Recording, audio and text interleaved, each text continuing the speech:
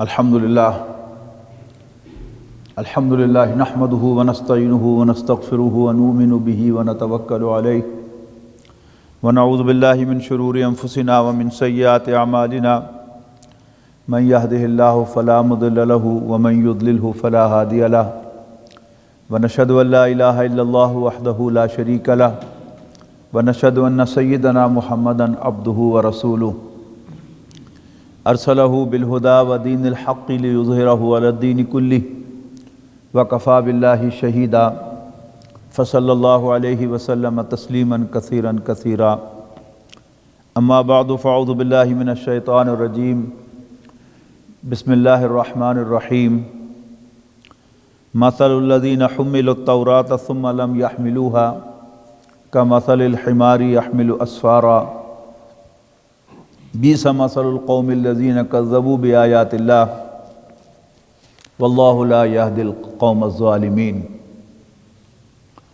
محترم بزرگوں، دوستو، عزیزوں اور بھائیوں، آپ کو یاد ہوگا کہ ہم جمعے کے اجتماعات میں آج کل یہ جاننے کی کوشش کر رہے ہیں کہ قرآن مجید کے ہم پر حقوق کیا ہیں۔ قرآن مجید اس زمین پر اللہ تعالیٰ کی عظیم نعمت ہے، اور ہر نعمت کا کوئی حق ہوتا ہے، تو قرآن مجید کا بھی ہم پر کچھ حق ہے، بلکہ حقوق ہیں۔ سب سے پہلا یہ کہ ہم اسے اللہ کا کلام مانیں، جو قیامت تک آنے والے انسانوں کے لیے ہدایت بنا کر اللہ تعالیٰ نے اپنے آخری پیغمبر حضرت محمد مصطفیٰ صلی اللہ علیہ وسلم پر نازل فرمایا ہے۔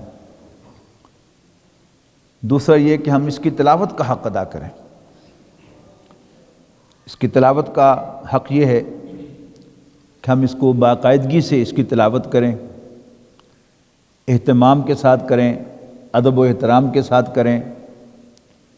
اور خوش الحانی کے ساتھ کریں، صحیح ادائیگی کے ساتھ کریں، اور اس کو اپنی زندگی کا معمول بنائیں، کیجولی نہیں، بلکہ اس کو زندگی کا معمول بنائیں کہ ہم قرآن مجید کی تلاوت کریں اس کا حق سمجھ کر، اور اگر کسی دن انسان سے کوتاہی ہو جائے تو پھر باقاعدہ اس کی قضا بھی انسان کرے، اور جو کمی بیشی ہے اس کو پورا کرے۔ اس کی آئیڈیل صورت جو صحابہ کرام سے ثابت ہے وہ تہجد کی نماز میں ایک منزل کی تلاوت ہے روزانہ، اور ایک ہفتے میں قرآن مجید کا ختم کرنا ہے۔ پھر اس سے کم تر کیا ہے کہ روزانہ ایک پارہ قرآن مجید کا تلاوت کیا جائے، اور ایک ماہ میں قرآن مجید کی تلاوت کا راؤنڈ مکمل کیا جائے۔ لیکن اگر یہ بھی عادت نہیں ہے تو ٹو سٹارٹ ود ایک ربع سے شروع کریں یا ایک رکوع سے شروع کریں۔ اگر بالکل تلاوت آپ نہیں کرتے تو پھر ایک ربع سے شروع کریں یا ایک رکوع سے شروع کریں، اور پھر آہستہ آہستہ اس نصاب کو بڑھاتے چلے جائیں۔ اس سے آپ کو اپنی زندگی میں ایک تبدیلی نظر آئے گی۔ شرط یہ ہے کہ آپ قرآن مجید کی تلاوت کر رہے ہوں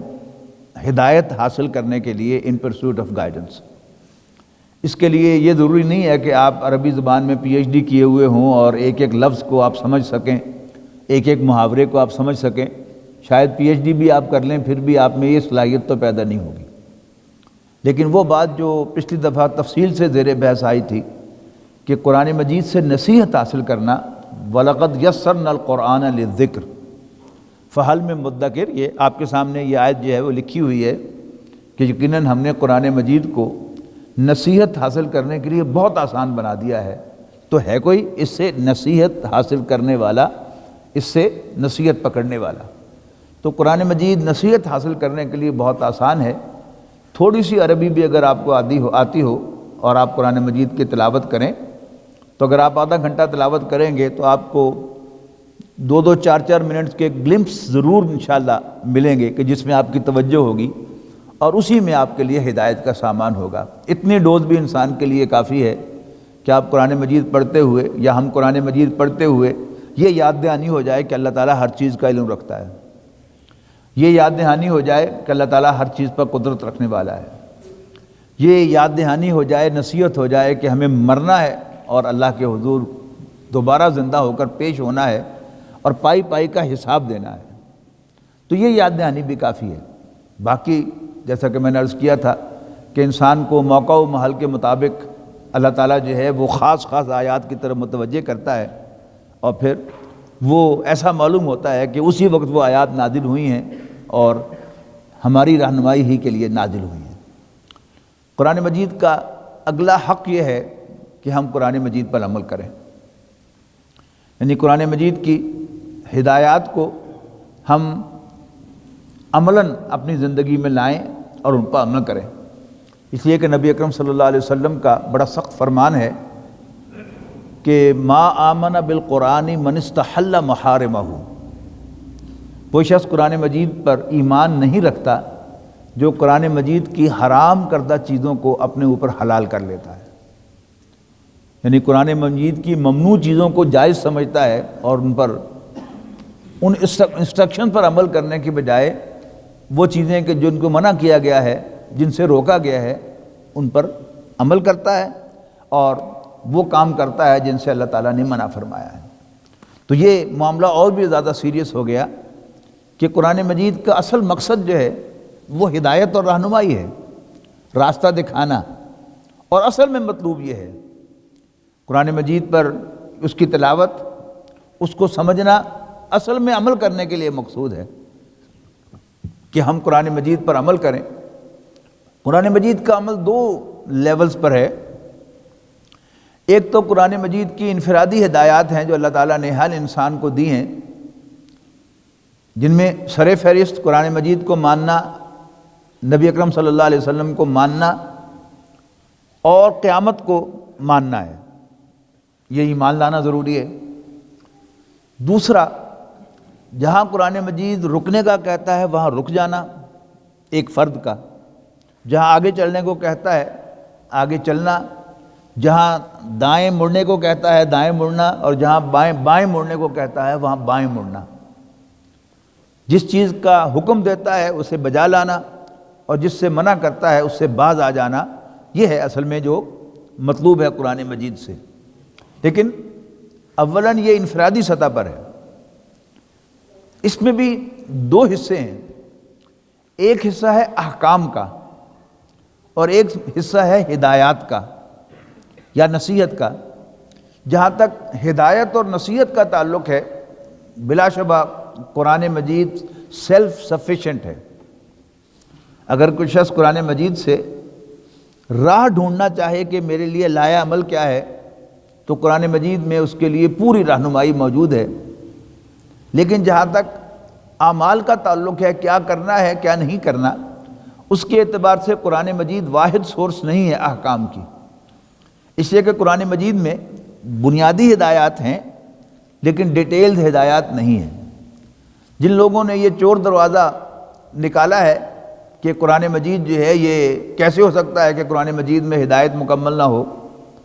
اور انہوں نے سنت کو، اجماع کو ایک طرف چھوڑ کر اپنے لیے اجتہاد کا دروازہ کھولا ہے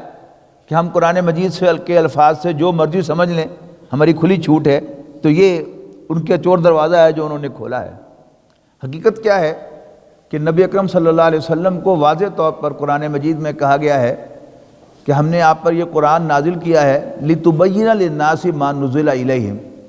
تاکہ آپ لوگوں پر واضح کریں جو کچھ ان کی طرف نازل کیا گیا ہے۔ تو قرآن مجید کی وضاحت، قرآن مجید کے اجمال کو کھولنا، قرآن مجید کی مختصر ہدایات کو کھول کر بیان کرنا، یہ نبی اکرم صلی اللہ علیہ وسلم کی ذمہ داریوں میں سے ہے۔ یہ کوئی آپ کا اپنی حد سے تجاوز نہیں ہے۔ اللہ تعالیٰ نے قرآن مجید آپ پر نازل کیا ہے تاکہ آپ لِتُبَيِّنَ لِلنَّاسِ مَا نُزِّلَ إِلَيْهِمْ، لوگوں پر واضح کریں جو کچھ ان کے لیے نازل کیا گیا ہے۔ لیکن جہاں تک سنت کا تعلق ہے، یہ ایک مستقل سورس ہے احکام کی۔ پھر اس سے بھی آگے، جیسے قرآن مجید کا اجمال، اس میں اگر سنت کو نکال دیا جائے تو وہ چور دروازہ نکل آتا ہے۔ اسی طرح اگر سنت پر آ کر روک دیا جائے اور امت نے مجموعی طور پر قرآن مجید کے جو احکام اخذ کیے ہیں قرآن و سنت سے، ان کو نظر انداز کر دیا جائے تو پھر ایک بہت بڑا چور دروازہ ہے کہ جو کھل جاتا ہے کہ انسان اپنی من مانی تشریح کرے قرآن و سنت کی۔ لیکن اجماع جو ہے یہ پھر ریسٹرکٹ کرتا ہے کہ نبی اکرم صلی اللہ علیہ وسلم کے صحابہ نے، اور اس میں بھی خاص طور پر اجماع امت ایک اصطلاح ہے، اور اجماع امت کا تعلق ان معاملات کے ساتھ ہے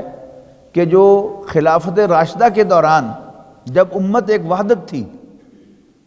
اس وقت یہ کچھ امور جو تھے وہ ڈیسائیڈ ہو گئے، وہ طے پا گئے، تو انہیں اجماع امت کہتے ہیں۔ اب ان پر اگر دوبارہ ریکنسیڈریشن کرنی ہے تو اس کے لیے دوبارہ اثر نو خلافت راشدہ کا قیام انشاءاللہ ہوگا، اور پھر اہل علم جو ہے وہ سر جوڑ کر بیٹھیں گے تو ان کو ریکنسیڈر کیا جا سکتا ہے، لیکن جب تک وہ فورم نہ ہو ان کو ریکنسیڈر نہیں کیا جا سکتا۔ اس کے علاوہ ایک بہت بڑی سورس سنت کی وہ سیرت النبی ہے، نبی اکرم صلی اللہ علیہ وسلم کی سیرت۔ یہ سیرت جو ہے اس میں اور جو احادیث میں ان میں بنیادی فرق کیا ہے کہ احادیث جو ہیں وہ ان کی جو تحقیق ہے وہ تو بہت زیادہ ہے، چھانٹ پٹک بہت زیادہ ہے، لیکن ان کی کمپائلیشن میں جو سبجیکٹیوٹی ہے محدث کی وہ سامنے آتی ہے کہ جب محدثین احادیث کو کتاب کے اندر اکٹھا کرتے ہیں تو کون سی حدیث وہ پہلے لائیں کون سی بعد میں لائیں، اس میں ظاہر ہے ان کا اپنا جو بھی ذوق ہے اس کو دخل ہوتا ہے۔ پھر انہوں نے احادیث کو چیپٹرز کے اندر جو ہے وہ بانٹا ہے۔ اکثر احادیث جو ہیں وہ نماز سے شروع ہوتی ہیں، کتاب الصلاۃ سب سے پہلے ہے، پھر اس کے بعد زکوٰۃ ہے، پھر روزہ ہے، پھر حج ہے۔ کچھ محدثین نے کتاب الایمان سب سے پہلے رکھی ہے، یہ بات جو ہے وہ زیادہ لاجیکل معلوم ہوتی ہے۔ پھر اس کے بعد جا کر پھر کتاب النکاح ہے، پھر کتاب البیوع ہے، کتاب النکاح جس میں سارا سماجی نظام جو ہے، نکاح کے معاملات، طلاق کے معاملات، رضاعت کے معاملات، وراثت کے معاملات، رشتوں کے محرم غیر محرم، رضاعت، یہ سب قوانین جو ہیں یہ کتاب النکاح میں آتے ہیں۔ پھر کتاب البیوع تجارت کے سارے معاملات، معیشت کے سارے معاملات، یہ اس قسم کی حدیث ہیں۔ اور پھر اس کے بعد کتاب الامارہ آتی ہے کہ خلافت کیسے قائم ہوگی، کیا چیزیں ضروری ہیں، اس میں کیا ضروری ہے، کیا لازم ہے، کیا لازم نہیں ہے، یہ سب کچھ جو ہے اس میں سبجیکٹیوٹی جو ہے محدث کی کہ وہ اس چیز کو اہم سمجھتا ہے، دوسرا اس چیز کو اہم سمجھتا ہے۔ ایک محدث یہ حدیث پہلے لاتا ہے، دوسرا یہ حدیث پہلے لاتا ہے۔ پھر ایک ایک حدیث جو ہے وہ کئی کئی چیپٹرز میں آتی ہے، اس لیے کہ نبی اکرم صلی اللہ علیہ وسلم کا معمول کسی موضوع پر خطاب کرنا نہیں ہے، تو اس میں چوائس جو ہے وہ کس کا ہے، وہ محدث کا ہے۔ لیکن جو سیرت النبی ہے اس میں یقیناً کچھ ضعیف روایات بھی موجود ہیں، لیکن اس میں جو آرڈر ہے وہ وہی ہے جس کو نبی اکرم صلی اللہ علیہ وسلم نے گزارا۔